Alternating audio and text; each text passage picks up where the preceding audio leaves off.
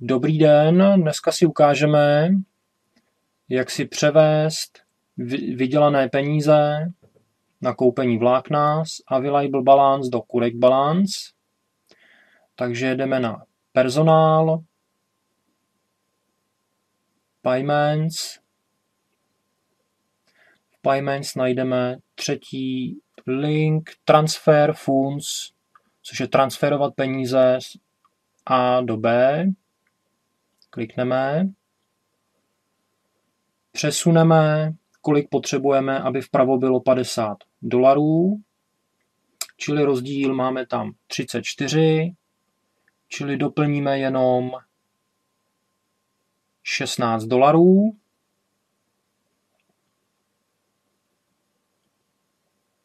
Potvrdíme, ještě jednou potvrdíme a přesunou se zleva doprava. Máme tam $50, přesunu to zleva. Teď tady máme $50 a jdeme personál, treats, což je koupení vlákna, nebo kontrolování vláken. Tady zeleně jsou aktivované a jdeme na Buy New Treat, koupení vlákna. Máme jedno vlákno, $50.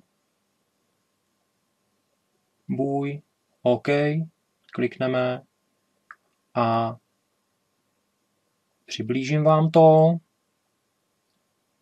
Opravdu chcete koupit jedno vlákno? Ano, OK.